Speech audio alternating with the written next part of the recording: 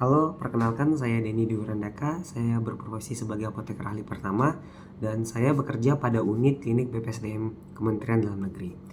Nah, hari ini merupakan hari kedua saya latsar, di mana saya ingin membuat jurnal yang merangkum tentang materi yang saya dapatkan pagi ini, yang yaitu merupakan materi tentang analisis isu kontemporer. Nah, dari materi yang saya dapatkan itu secara garis besar adalah mengajarkan kami tentang bagaimana caranya problem solving kepada masalah-masalah atau isu yang terjadi di pemerintahan Indonesia itu sendiri.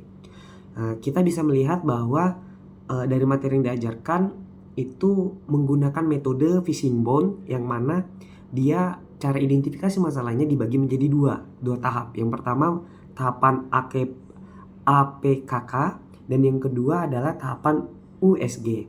Nah, APKK sendiri itu mempunyai definisi masing-masing dan saling keterkaitan satu sama lain. A yang berarti aktual, yang artinya adalah isu yang dibawa itu benar-benar terjadi, bukan hoax, tapi benar-benar menjadi keresahan. Lalu yang kedua adalah problematik, P, yang mendefinisikan bahwa isu yang diambil itu merupakan isu yang kompleks dan sulit untuk dipecahkan. Lalu yang ketiga adalah kekhalayakan, di mana isu yang dibawa itu memberikan impact atau memberikan efek kepada banyak orang gitu. Dia membawa dan menyangkut hajat hidup banyak orang. Baru yang ketiga adalah kelayakan, di mana kelayakan itu sendiri merupakan isunya masuk di akal, realistis, dan mampu untuk dipecahkan seperti itu masalahnya seperti itu. Jadi dia merupakan isu yang benar-benar terjadi dan tidak seperti berfantasi permasalahannya, tapi benar-benar terjadi dan mampu kita selesaikan seperti itu. Nah, baru yang terakhir itu adalah metode yang kedua, yang tahapan selanjutnya, yaitu urgensi, seriousness, dan growth. Nah, urgensi sendiri adalah seberapa mendesak sih masalah isu yang dibahas. Lalu seriousness adalah seberapa serius sih masalah tersebut akan berefek kepada kepada masyarakat gitu.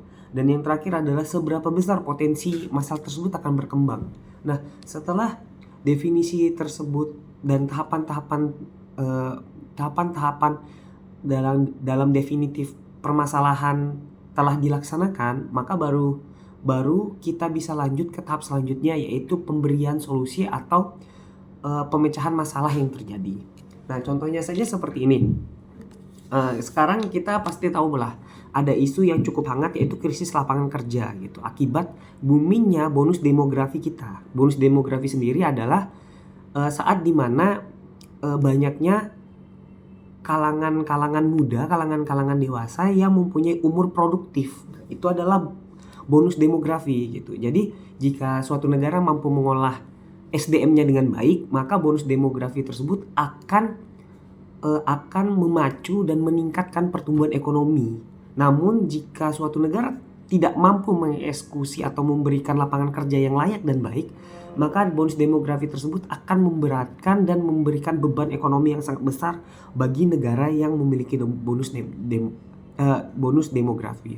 Nah, kenapa masalah tersebut terjadi di Indonesia? Karena saat ini Indonesia sedang berada di posisi yang cukup canggung dalam menghadapi bonus demografi. Kenapa? Karena bisa kita lihat bahwa ada beberapa faktor yang menjadi kekhawatiran atau keresahan gitu.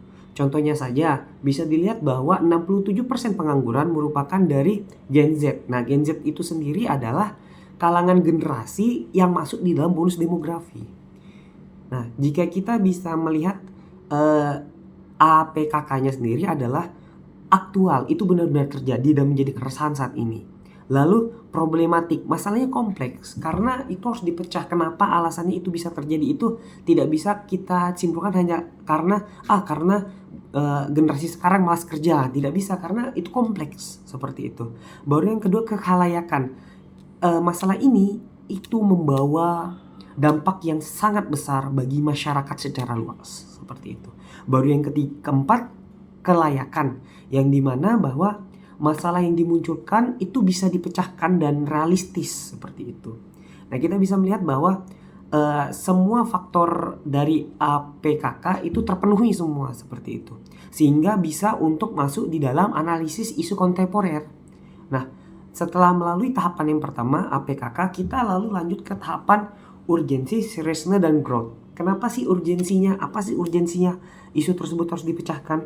Yaitu dia secara urgensinya sendiri, bonus demografi itu bonus demografi itu nggak akan terjadi selamanya seperti itu. Efeknya jangka panjang, di mana bonus demografi itu hanya pada 2035 sampai 2040.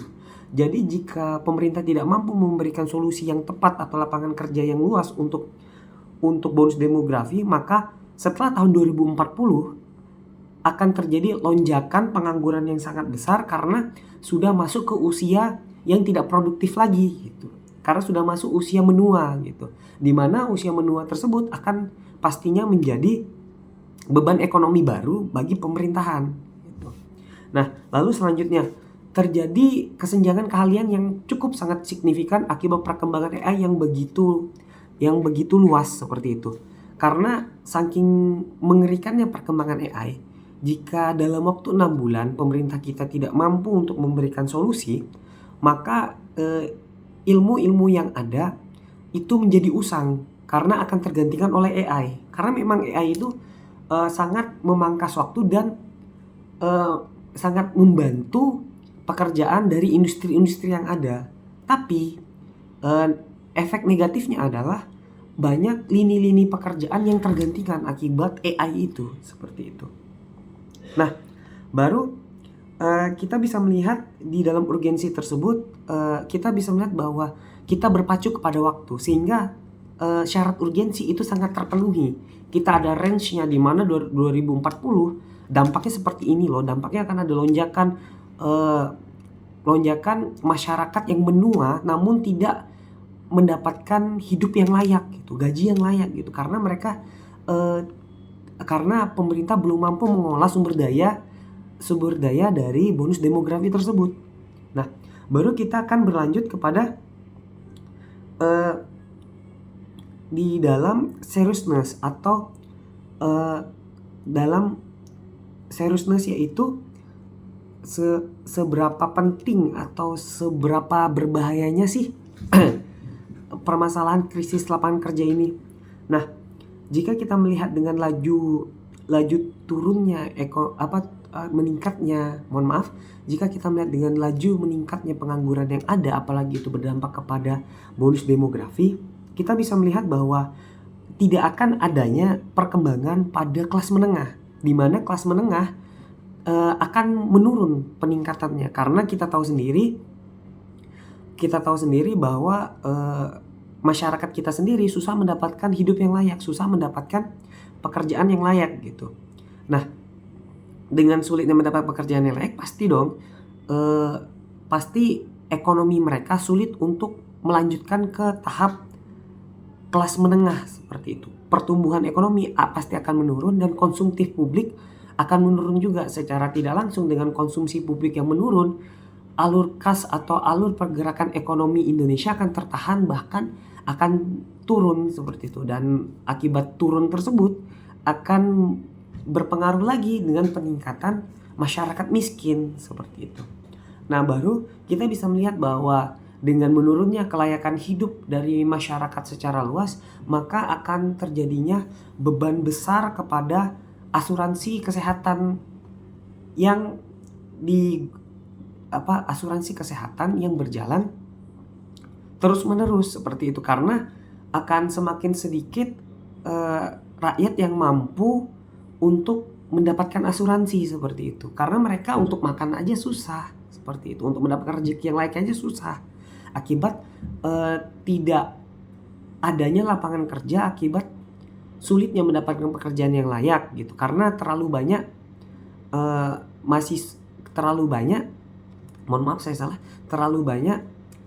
usia produktif namun lapangan kerja yang sulit seperti itu. Lalu secara permasalahan serius ini kita bisa melihat bahwa seseorang yang menganggur, itu sudah ada risetnya, seseorang yang menganggur itu akan mendapatkan gaji yang lebih rendah. Jadi saat seseorang itu dia sempat menganggur, dia akan sulit mendapatkan gaji yang layak, di mana dia pasti mendapatkan gaji yang lebih rendah 20% dibandingkan seumurannya yang langsung mendapatkan kerja setelah lulus kuliah, seperti itu. Nah, permasalahan ini akan terus berkembang dan akan menjadi bola salju yang besar ke depannya, di mana seriousness sudah terpenuhi dan pastinya growth, yaitu perbesaran masalah, juga terpenuhi. Akibat dengan taraf hidup yang tidak layak, karena kesenjangan ekonomi yang sangat terlihat di masa depan, nanti akan munculnya gerakan-gerakan radikalisme akibat tidak puasnya masyarakat terhadap kemampuan pemerintah dalam mengolah bonus demografi ini gitu. Nah, kita tahu sendiri, radikalisme akan menghasilkan pemerintahan yang tidak stabil dan pemberontakan yang cukup luas, seperti itu. Makanya itu harus dilihat dan harus diatasi, seperti itu. Lalu untuk selanjutnya juga akan terjadi penurunan kelahiran, angka kelahiran, di mana memikirkan ekonomi yang berat sehingga terjadi gerakan mogok nikah dan child free. Ya, sepertinya itu ya. Jadi kita secara garis besarnya bahwa aktual problematik kelayakan, urgensi, seriousness, dan growth itu merupakan sebuah solusi yang sangat bagus untuk menjadikannya acuan sebagai analisis isu kontemporer, seperti itu. Nah, karena keterbatasan waktu, terima kasih sudah mendengarkan, dan saya terima kasih atas waktunya. Sampai jumpa.